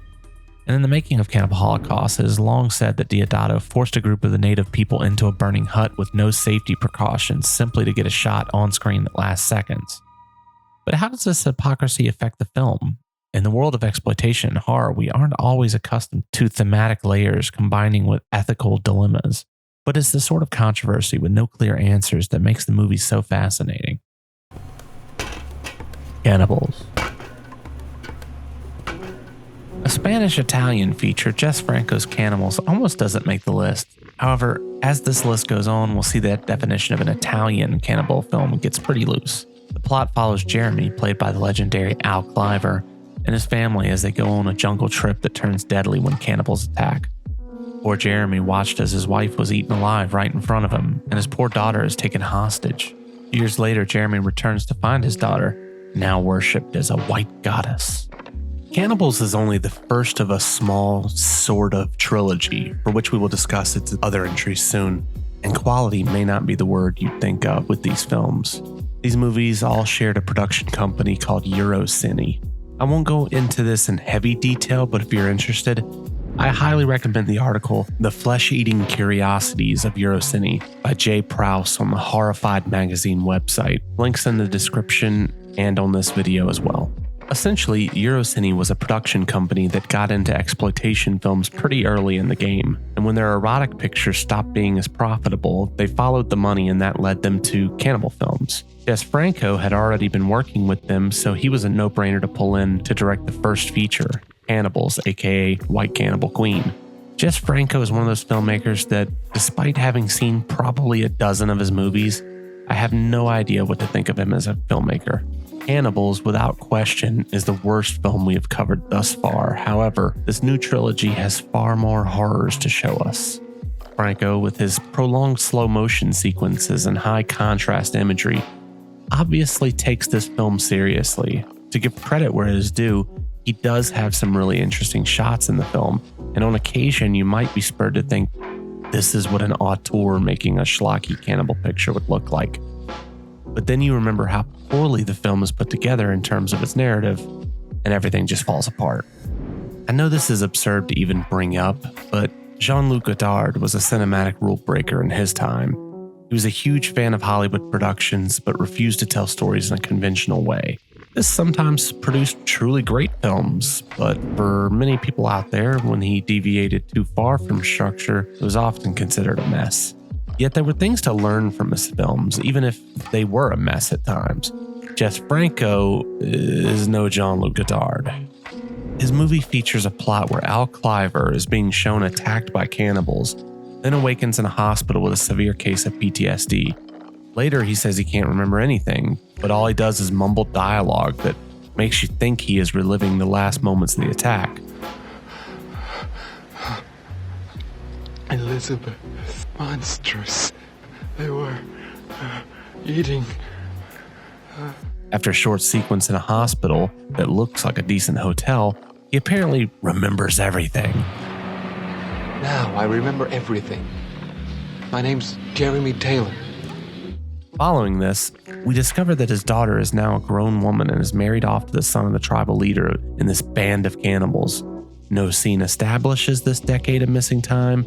No scene shows a calendar with months flying by. None of the cast have any changes in their appearance. This is one of those times where a simple, conventional, scene would have been sufficient in making your movie a little more understandable. Almost every native in the movie looks like a 30 to 40-year-old European man. Some are stocky, hardly appearing as if they've been living off the land in a harsh jungle climate. For some reason, the natives begin the film speaking another language, but soon turn to speaking broken English for no discernible reason. The dubbing is beyond atrocious and must be heard to be believed. I must go into that region, and I need a guide, supplies, and a couple of hundred men to help me out. If you're really loaded. If you're loaded with a lot of cash, you'll find 2 or 3 desperate men ready to go with you and run any risks. I mean, what can be said about cannibals? This is bottom-of-the-barrel fodder and is probably only for completionists. Well, I guess it's kind of cool how Al Cliver acts with his arm behind his back for most of the movie. I guess. Although all this talk gives insight into what drives someone to create art such as this, but what drives audiences to these disturbing and controversial films? The answer, in part, lies in our innate fascination with the taboo and the darker side of human nature. Italian cannibal films, like other extreme cinema genres, tap into our primal instincts, challenging us to explore the forbidden and transgressive aspects of humanity. We're all fascinated with death to some degree, whether we are wondering what comes next, scared of what comes next, or feeling confident in what comes next. To live is to know that you'll eventually die, and having thoughts about mortality is the most natural thing in the world. Some people like to put thoughts about death in the back of their mind, but for some people, facing it head on is their way of conquering their thoughts and fascinations about the end of life. While Italian cannibal films obviously aren't meant to be cure-alls for existential dread, for those who want to tackle death in cinema head on, it's an interesting pit stop. Moreover, these movies often serve as a reflection of the societal anxieties and fears of the time. These films may have provided a cathartic outlet for audiences to process their own anxieties and to confront the chaos and brutality of the world around them. In this sense, Italian cannibal cinema can be seen as a mirror held up to a society in crisis, reflecting its deepest fears and darkest desires. Or it's just exploitation without any deeper meaning. That's cool too. Cannibal Terror. Okay, look, this one is totally French. No Al Cliver, no Italian backing, no big Italian connections at all, really. But it's part of the Eurocine trilogy, and it uses a heaping handful of footage from Jess Franco's Cannibals. So it is very much associated with the genre. And when making a list, you can't have one without the other. Cannibal Terror is undeniably one of the worst entries in the cannibal genre. From a technical standpoint, it's a mess with a glaring lack of attention to detail and, as with most of these movies, has some awful dubbing issues. As production on Franco's Cannibals was coming to a close, little did Franco know another filmmaker close to Eurocine had been promised access to his sets in order to make yet another cannibal picture. Alain Darouel had worked with the company before and was set to direct this second picture. It's stated that at first Franco was rightfully upset that the sets he created were simply being handed over, but with time he came around and actually helped Darouel co-write the script. Thus, we get this film. Yet maybe all of this was a trick by Franco, because what makes it to the screen is something far less than even his own picture. Cannibal Terror has long been thought of as the worst cannibal film of the era. I'm not sure anymore how I feel about that statement, because I think each of these Eurocine titles is deserving of such a ranking. I must say though, at least with Cannibals, you get a few interesting shots from Franco. Darouel is a filmmaker far less interested in aesthetics. His movie is shot as plainly as possible. It's stated that the crew on set may have been as minimal as 3 crew members, plus the cast, at any given moment. One imagines they weren't spending a lot of time setting up shots. But there's so much to talk about with Cannibal Terror. The incoherent storyline, the liberal use of footage from cannibals, the European-looking natives, and the terrible dubbing, all ingredients adding to this colossal gumbo of crap. The storyline plays out like a series of and then improvisations. 2 crooks, Mario, played by Antonio Mayans, who played the native man that Al Cliver's daughter was married off to in Cannibals, and Roberto team up with a local girl who is often described as a prostitute in various film reviews in order to pull off a kidnapping. Their mark is a little girl whose father is extraordinarily wealthy. When they pull off this task with relative ease, they use a mob connection to force their way into a gentleman's home that lies on the outskirts of a cannibal village. As they stay in the home, they begin to take advantage of their situation, and before you know it, people are prepared to commit horrible acts on one another. And the cannibals are just waiting. Let me just say, there's a scene where one of the kidnappers takes advantage of the wife of the man they're intruding on, and they leave her tied up to perish at the hands of a cannibal or the local wildlife, whichever finds her first. In the very next scene, she does an erotic dance for the very man who did this to her. But wait, you say, wasn't this to set up her own vengeance? No, it wasn't, because it didn't set anything up. Because the husband is the one to exact vengeance, and he could have had his wife flee the scene and still had to trust the kidnappers because they didn't know he knew. This whole thing feels piecemealed together. The scenes from Cannibals, ones that were chopped up and reused, mostly consist of the tribal people dancing around. These European-looking native people were some of the most laugh-inducing aspects of that film, so using that footage certainly was a choice. But what can you do? Overall, Cannibal Terror is truly awful. I mean, what can I say? It's not the worst film ever made. The gore effects are mostly solid, and although the plot progresses in a very strange way, at least it all is somewhat lucid. So I guess it has that going for it. Maybe it's not the worst film. Maybe it's just tied for one of the worst. As we dive deeper into this murky realm of cinema, it is essential to acknowledge the dilemmas that these films pose. The portrayal of violence, especially towards animals, has sparked outrage and condemnation throughout the world for decades now. Critics rightfully argue that such depictions cross a moral line and are inexcusable, and I think any reasonable person will agree. Some of the animal violence in these films, especially the violence that is not based around stock footage, well, it can't be pardoned by saying, well, it holds up a mirror to the audience and makes us question our own complicity in the violence, or blah, blah, blah. Honestly, all of these things can be done without actually causing harm to any animals. The only reason to harm the animals is to stir up controversy, bring attention to your film, and of course, make some extra money in Asia. In the context of the Mondo movie, the animal violence was there as well, but with a documentary, the point is to educate, for the most part. In the context of a scripted genre film, however, the point is to be entertaining, and it's hard to argue that the animal killings create any positive human emotions in the audience. When we stop and look at the gratuitous animal killings in these films, I'm reminded of what Joe Bob Briggs relayed in his airing of Cannibal Holocaust on the last drive-in. But the people on the set said he was just kind of making it up as he went along. He was deciding what would be killed sometimes the night before they killed it. How spur of the moment this animal violence was. The other common thing you'll see brought up is these animals were used to feed the villages presented on screen. And his other justification was that everything they killed on the set was used as food by the villagers of Leticia, Colombia, which is where the movie was based. I want to ask you as a vegan, what do you think of, his justification for that? I think if they actually use the animals to feed people, that it makes it a little bit better.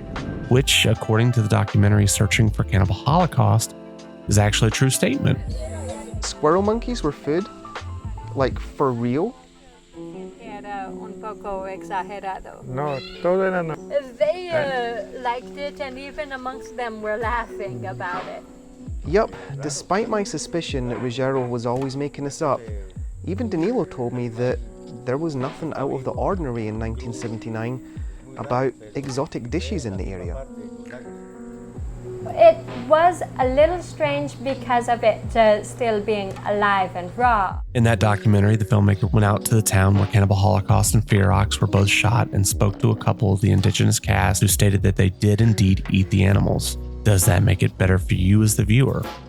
It's up to the person being asked. One of the things that bothers me when thinking about this genre is, would a film like Cannibal Holocaust still be as powerful if you remove the animal violence? There are actually edits on official releases that do just this. And I don't think the films make the impact that they do with the actual violence taken out. Well, in the case of Cannibal Holocaust, that is. If you take the violence out of Mountain of the Cannibal God, I think it's fine. But the personality of that film is not as reliant on the animal footage to create its atmosphere. Cannibal Holocaust is a disturbing and horrifying piece of cinema when you start removing the atrocities from it. Part of its strength is sapped away. That isn't to say that animal violence is all Cannibal Holocaust has to offer. If all it took was animal butchery to make a world-renowned and infamous cult film, then Blood of the Beast would be more of a household name and not a title that most watching this didn't crinkle their nose at, as if to say, what the heck is Blood of the Beast? For the record, it's a French short that juxtaposes the serene life of modern 1949 Paris with scenes of horses and other animals being killed and butchered in a slaughterhouse. But that is beside the point. The point is this: while still morally repugnant, for some reason the true life animal violence sets an uneasy tone and blinds audiences and makes them question everything else they've seen on screen, which makes everything that much more disgusting and terrifying. Without the animal violence, Cannibal Holocaust still holds a place in horror history as an early precursor to the found footage genre, like The Last Broadcast, but it might not be the disturbing horror icon that it is now. And while I think it would be talked about more than The Last Broadcast, even without its animal violence, it probably wouldn't be talked about that much more. I may sound like a crazy man, but I would argue that the animal violence in Cannibal Holocaust does more, for me at least, in establishing tone and atmosphere than the bull being killed in Apocalypse Now. The animal death in that film adds far more in subtext, absolutely, no argument. But in tone, the deaths in Holocaust come early and establish an uneasy feeling that never lets up. However, it's a case where, to put it crudely, the juice really isn't worth the squeeze. Crude analogies out of the way, maybe we should take a quick detour to look at a film that has far less animal violence and more absolute garbage filmmaking. Devil Hunter. It's at this point I'm really starting to make concessions. Devil Hunter, directed by Jess Franco, isn't Italian. It has backing from Germany, France, and Spain, but not Italy. However, it does feature Italian exploitation veteran Al Cliver. It is the final entry into this Eurocine trilogy. It's kind of a companion piece with Cannibals, and it is absolutely intended to capitalize on the cannibal genre as we know it. So again, I concede, and we will include it in this stupid list. In our film, a young and beautiful movie star is kidnapped by a group of mercenaries who are looking to ransom her off for several $million. What's the reason for your visit here, Miss Crawford? We're checking out locations for our next film. Excuse me, could you give me an opinion on the men in our country? I have no opinion of men. I just love them. Oh, I see. The plan is to take her to the middle of the jungle and await the ransom money. Unknown to them, they've parked their base of operations right next door to a tribe of natives who have a cannibalistic devil god looking over them. Meanwhile, Al Cliver plays a private investigator of some sort who is offered $200,000 if he delivers the ransom money to the jungle, and 10% of the $6 million ransom if he manages to get the girl and not give this group of psychopaths their ransom funds. Devil Hunter is not great. Cannibals, also from Jess Franco, was terrible, and this one is just more of the same. It somehow feels as if it has more money behind it than Cannibals, but that only helps so much. Scenes featuring a helicopter ride above the jungle actually gives the movie the appearance of a budget, and there are also more scenes shot on location this time, but the makeup effects on the devil creature kind of brings it back home for the viewer. He's a very average-looking man who has the worst case of exophthalmos I've ever seen. It should also be noted that this devil god is actually actor and stuntman Bertrand Altman, who was presented here in blackface for the role. Yeah, you could still get away with that in 1980.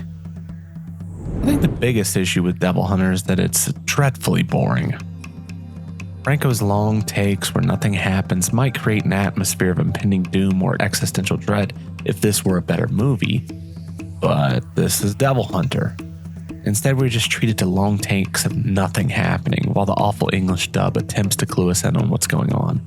The performances range from over the top Jungle and this humidity. Calm down, it's all and over these now. shadows. We're not in Vietnam now. This heat. Come on. The blood was all over the place. I can't take it. Not again. Get me out of here. I can't get these dreadful memories out of my head. Calm down. to complete disinterest. Al Cliver is very guilty of the latter. Even taking away the English dub that makes Cliver sound like he just downed a complete bottle of Xanax, his body language looks like a man who's being forced to act at gunpoint.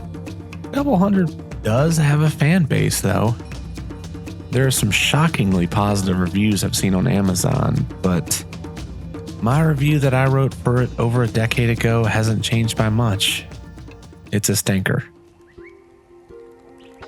Going back to the very unique and very strange moral dilemma that this genre offers you, I must say I completely understand how this aspect of these films may turn off some viewers. Having grown up in the South around many hunters, I've seen my share of animals killed. However, I've never wanted to hunt myself and have no interest in it. And I have no interest in shock videos or real violence. But I do enjoy transgressive filmmaking, and that's the best description you can come up with for this genre. Beneath the jungle surface. One recurring theme in Italian cannibal cinema is the clash of cultures. The arrival of Western protagonists in remote indigenous territories becomes a metaphor for the collision of civilizations. The tension between the civilized and the savage drives the narrative, often highlighting the arrogance of colonialism. In this clash, viewers are forced to reevaluate their preconceptions about the other and confront the ethical implications of such encounters. Cannibal Holocaust is notable for one of its final lines being, "I wonder who the real cannibals are." It's about as on the nose of a line in any film ever made, and would have made more sense if the line had been, "I wonder who the real savages are." But I digress. Just like everything else in the genre, the subtext tends to be as subtle as a brick to the head. The concept of survival is another central theme. These films force characters to confront their most basic instincts for self-preservation, often leading to gruesome choices. The moral dilemmas faced by the characters reflect the inherent brutality of survival in a hostile environment, but they also invite viewers to ponder what they might do under similar circumstances. These films want us to wonder, are we truly so far removed from our primal ancestors? The answer is actually simple, and it goes like this. There are good and bad in all humans, and harming indigenous people sets you firmly on the bad side. Let's take a little moment for this film break, and let's make this one a double feature. Cut and Run. The third part in a non-existent cannibal trilogy from Ruggero Deodato. See, I refer to this one as a cannibal film. I've included it on this list, and when I mentioned Deodato and Lindsay during the director breakdown earlier, I counted this film as a cannibal title when I said both filmmakers directed 3 films apiece in the genre. But I must confess, this is not a cannibal film. There are no acts of cannibalism anywhere in this movie. There's no mention of cannibalism. It just isn't a cannibal film. That doesn't make it bad, but it's just so loosely tied to the genre and still routinely ends up on lists for Italian cannibal films. And it just isn't. I wanted to place it in an honorable mention section, but sort of anticipated people lighting me on fire in the comments about not including it in the main list of films, so here we are. Our story focuses on roving reporter Fran, who has been covering the activity of drug-dealing cartels in Miami. She's placed on a sort of missing persons mission by her boss, played by Al Neri from The Godfather, actor Richard Bright, whose son Tommy, played by Willie Ames, has gone missing. Turns out Tommy is wrapped up in the cartels, and it will be up to Fran to find him in the remote jungles of the Amazon. However, things get complicated when it comes to light that the cartels aren't the worst thing in the jungle. There's actually a tribe of indigenous people who have been corrupted by the former right-hand man of Jim Jones. That's right, this is the second movie on this list to reference Jonestown. A man named Colonel Brian Horde, played brilliantly by Richard Lynch. Sparing the fact that this isn't a cannibal movie, it is a fun exploitation adventure flick. My first viewing of the film way back in the day, I'd only seen the American sanitized cut of the movie, but 2 versions of Cut and Run actually exist. While filming, Deodato and the crew shot 2 versions of scenes that could have been graphic. One take with nudity, one without. One with a man being completely split in half, one with him being shot by the protagonist. Buying the Blu-ray for this video, I was able to see the international version, which actually made the experience much more enjoyable. At least that one split in half death scene alone makes the movie that much more memorable. Willie Ames, who, as Deodato always reminded people, was on a cocaine bender during the filming of the movie, is unhinged on screen. He is chewing scenery like you wouldn't believe. It's a truly insane performance, and although not technically very good, he was one of my favorite aspects of the movie. Well, he and Richard Lynch, who does his best to try and channel Colonel Kurtz from Apocalypse Now. You're an errand boy, sent by grocery clerks to collect a bill. Honestly, this is a fun adventure film with a wonderful Blu-ray by Code Red. It's fun, but not the focus of our discussion today. Amazonia, the Catherine Miles story. Amazonia, the Catherine Miles story, aka White Slave, and humorously known as Cannibal Holocaust 2 in some areas as a marketing tactic to trick people. This might be the last film in the genre to more closely resemble the notorious films that this era produced. Despite a soundtrack that does eerily sound like Riz Orlani's work in Cannibal Holocaust, and there is a slight attempt to cross the boundary between is this based on real life or not, but no one for a minute would confuse this for anything close to Deodato's masterwork. I can hear you at home saying, but I thought you said that this was the last title to resemble the most notorious films. Well, that just speaks to how far this genre has moved on at this point. This is the last point in this video that we discuss any real-life animal violence in these mainline films. Amazonia likes to incorporate a lot of animal versus animal footage that seems to be stock. Amazonia also has some very short bursts of gore, an increasing rarity as this genre comes to a close. Its roots in the Mondo world can definitely be felt, and it'll be the last time we capture that feeling. The story follows Catherine Miles, an English girl vacationing with her parents in the Amazon where she was raised as a small child. Tragedy strikes when a hostile native tribe kills her parents and captures her, leading to her enslavement. The film explores the brutality and challenges she faces in this harsh environment. Framed as a true story, these filmmakers do everything in their power to convince the audience that this story is based on real events. For the record, it is not. The story is told in flashback, with Catherine Miles sitting in a courtroom being interrogated by lawyers about the events of the film. As it stands, the story is made much, much stronger because of the unorthodox way that it tells its story. Although it becomes a little humorous at times as Catherine tells stories that have nothing to do with what the lawyers want information on, and they continually try, to no avail, to get her to simply get to the point. In the final moments of the film, there's even supposed documentary footage of the real Catherine Miles, and this is cleverly faked, and the attempt to make this feel real is certainly appreciated. Another thing that sets Amazonia apart is that it was shot on location in the jungle, creating an authentic feel due to the immersive backgrounds. The court scenes are some of the only scenes shot on a set, and even those look very good for what they are. The set for the somewhat older and concrete-walled courthouse felt real to me, at least with my experiences having been to the northeast area of Brazil a couple of times. The performances don't really need to be dwelled upon. Elvira Audrey, who tragically took her own life in the year 2000, doesn't put in the most engaging performance. Dealing with an English dub, some of your judgment on performance is based on the emotive faces of the actors, and poor Audrey is rather stone-faced despite anything and everything that happens to her throughout the movie. Although it doesn't reinvent the genre, Amazonia provides a sort of one last gasp for the cinema verite exploitative divergence the genre is known for. Despite being more tame than a lot of these movies, it does have some solid gore effects, an engrossing story, and captures the Italian cannibal film vibe. With all that I've said so far, I realize I've got off a few shots on the morality of these films. Don't get me wrong, I do love them and the harrowing experiences they provide. I even love the bad ones and all the cheese found therein. That doesn't mean I have to be blind to the aspects of the genre that makes them rather sordid. In the same way that some claim that the films hold a mirror up to the audience for supporting films with such content, I do have to question my own love for these movies when they do commit acts that I personally would never want to be involved in, and there's just no easy answer that I can provide. No justification that even I find sufficient for tolerating the animal butchery on screen.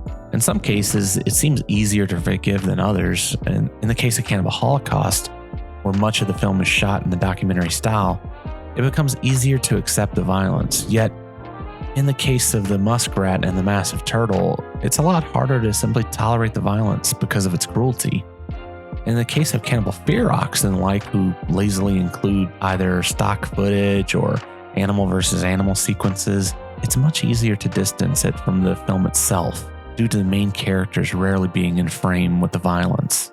Even though these scenes might be slightly easier to endure, the material still feels so grossly tacked on and unnecessary that for me it feels even more egregious at times. If you haven't got it at this point, these movies are a bit ambivalent in terms of their morality, yet from the vantage point of a society racked with real-world violence, a film world building upon the me-first Western ethos, and a genre looking to combine all of the deaths seen on TV and in documentary form over the past 30 years, these films are a testament to a very specific time and culture. When you speak of transgressive cinema, the Italian cannibal genre should be at the top of anyone's list, more so than your shot-on-video gore from Japan devoid of a storyline. This is cinema made by capable and sometimes brilliant filmmakers, and this is the violent world they decided to create.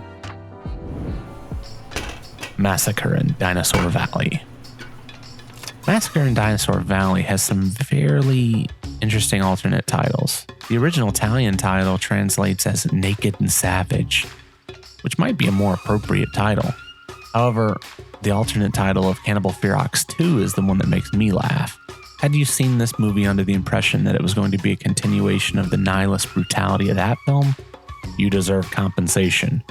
I can't imagine the poor sap who sat down expecting untold carnage only to get Michael Sopke playing as a stand-in for Terence Hill. The film follows Kevin Hall, the role that Michael Sopke plays, an archaeologist in search of Dinosaur Valley, a prehistoric land in the Amazon. Somewhere untouched by mankind and where dinosaur fossils are rumored to be plentiful. After a plane crash in the jungle, he and a motley group must band together to survive not only the hostile environment, but also the headhunters lurking in the area. Michael Sopke is an unsung legend of Italian exploitation cinema. The guy had an unusually short career, only a handful of movies, but each performance is golden. He's like the John Cazale of Euro schlock. I have to believe that if he had arrived in Italy just a few years earlier, he'd have been in a dozen other features. In this film, Sopke goes from the aforementioned Trinity Is My Name starring Terence Hill to full-on Indiana Jones and Dinosaur Valley. Showing his range, he's great in his comedy and he's also believable as a certified tough guy. Now, perhaps you're asking, how is Massacre in Dinosaur Valley as a cannibal flick? Well, it, like every other of these films post-1981, probably shouldn't be called a cannibal film. If anything, these movies are all more like modern Guna Guna titles, but does that mean it's a bad movie? Not at all. Honestly, of the four movies we're talking about after the prime years of the genre, I'd count Massacre in Dinosaur Valley as my current favorite. It's cheeky fun with a lot of action, a wicked pace, and memorably over-the-top characters. There is a twist that happens during the final 20 minutes of the movie where our main antagonists change as we focus less on the tribal people and more on a group of savage miners in the area. It's a crazy twist that comes out of left field, and I can't earnestly say why the choice was made to do this, but you know what? It gives us more opportunities to see Sopke as a radical leading man who fights for what is right. What I wouldn't give for a few more movies like this starring Michael Sopke. While we approach the end of our video, let's quickly take a look at what was likely the last entry into the cannibal film genre. As with everything, there may be other films that I'm unaware of. The last thing I want to do is steer anyone wrong, so pop it in the comments and let me know if there's anything I missed. The Green Inferno. Green Inferno, also known as Cannibal Holocaust 2, directed by Antonio Clemati, a filmmaker well known for his contributions to the Mondo genre. He was the cinematographer on Mondo Cane, Africa Audio, and Goodbye Uncle Tom, as well as having directed Mondo titles himself, like Savage Man, Savage Beast, as well as This Violent World, aka Mondo Violence. The film follows a group of adventurers who travel into the Amazon jungle in search of a missing professor. However, what they encounter is a tribe of cannibals, and although these young people are well versed in the jungle, they're no match for this tribe. Callum Waddell is a filmmaker who's talked extensively about Italian cannibal films. He directed Searching for Cannibal Holocaust and has directed numerous featurettes for various home media releases for these cannibal films, among other genres he is interested in. In his documentary, The Last Supper, The Last Days of the Italian Cannibal Film, a theory is put forth that Green Inferno could be sort of a cheeky thumbing of the nose at Deodato and Cannibal Holocaust. There are explicit things in the Green Inferno, Clemati's The Green Inferno, for instance. They find an injured monkey and they tend it back to health, and there's a turtle who is nicely treated in the Green Inferno, and these are direct inversions of the horrible things that happen to these animals in Cannibal Holocaust. But yeah, he seemed to be turning the tables on Deodato and saying in Green Inferno, this is a criticism of your film and everything that's wrong ethically with that. As detailed earlier, there are still those who are under the impression that Cannibal Holocaust could ostensibly be an indictment of Jacopetti and Prosperi, or even the Mondo movie as a genre. So who directs this film? Well, one of the original members of the Mondo movie team. And what does the Mondo filmmaker choose to do? He has 4 characters head out into the Amazon. But are they depraved socialites looking to cause trouble? No. In fact, they're actually very polite, astute young people who have a respect and understanding for the jungle. They like one another. They're not the cutthroats found in Cannibal Holocaust. They each look after one another. And what about the animals in this go-around? Well, not only is there no actual animal butchery, the animals shown on screen are often being treated to baths and being treated well. There's even a scene where one of the main characters performs CPR on a monkey and brings it back to life. The one animal death perpetrated by the cast is the off-screen killing of a boar. Strange, the killing of an animal. Violent, yet necessary for food and clothing. And here, deep in the heart of the Amazon, an age-old ritual is performed. The animal is offered as a sacrifice to the gods.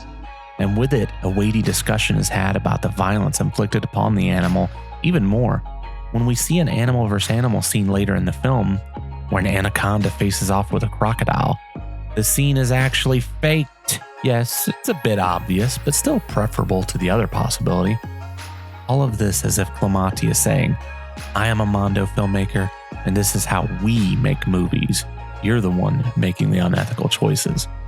Again, I don't think the original Cannibal Holocaust was a shot at the Mondo team for sure, but that doesn't mean those rumors didn't exist and that there might not be some weight to this theory. As a film, Green Inferno is such an interesting slice of cannibal cinema. The editing is very modern, very frenetic at times, giving the movie this lightning quick pace that makes it a very fun watch. And comparing this to the likes of Cannibal Holocaust or Cannibal Ferox seems preposterous, to be honest.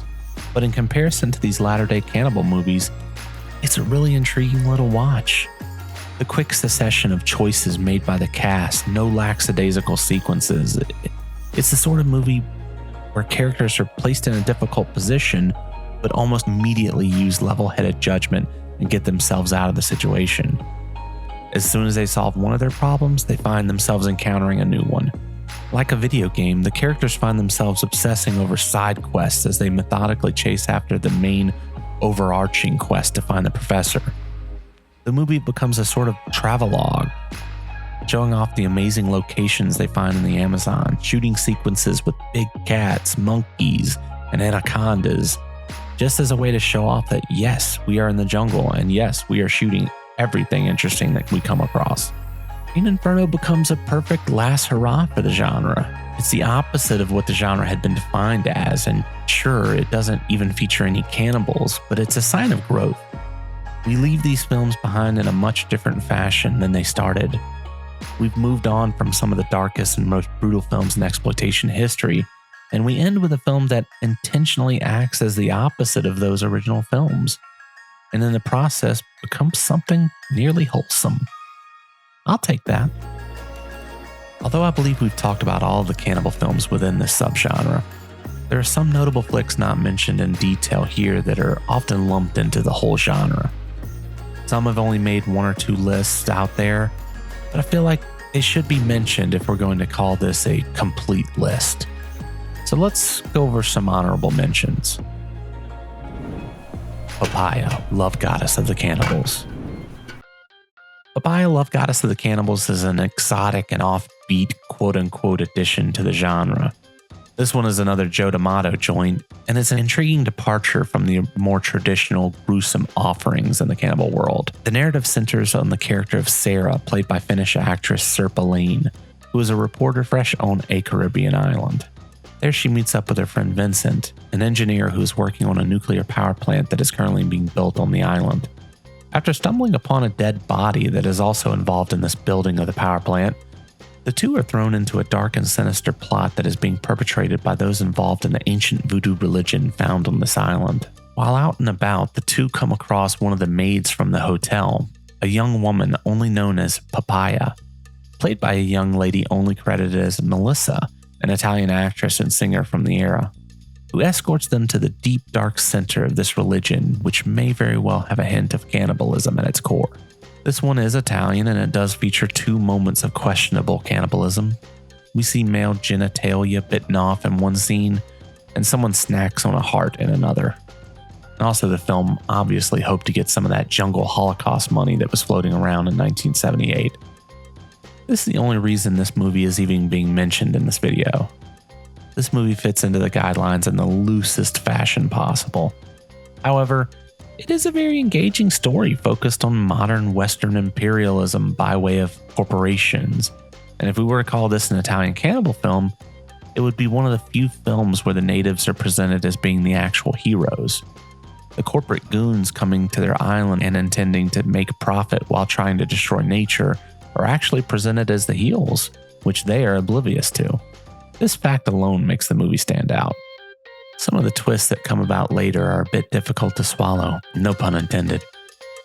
Some of the theoretical beliefs brought out in the movie sound okay on paper, but the second you start questioning the morality of murdering peons working for a conglomerate, instead of those who actually make decisions, you end up with a movie that has some fascinating ideas, but sort of an immature point of view. Voodoo Baby. Joe D'Amato again, everyone.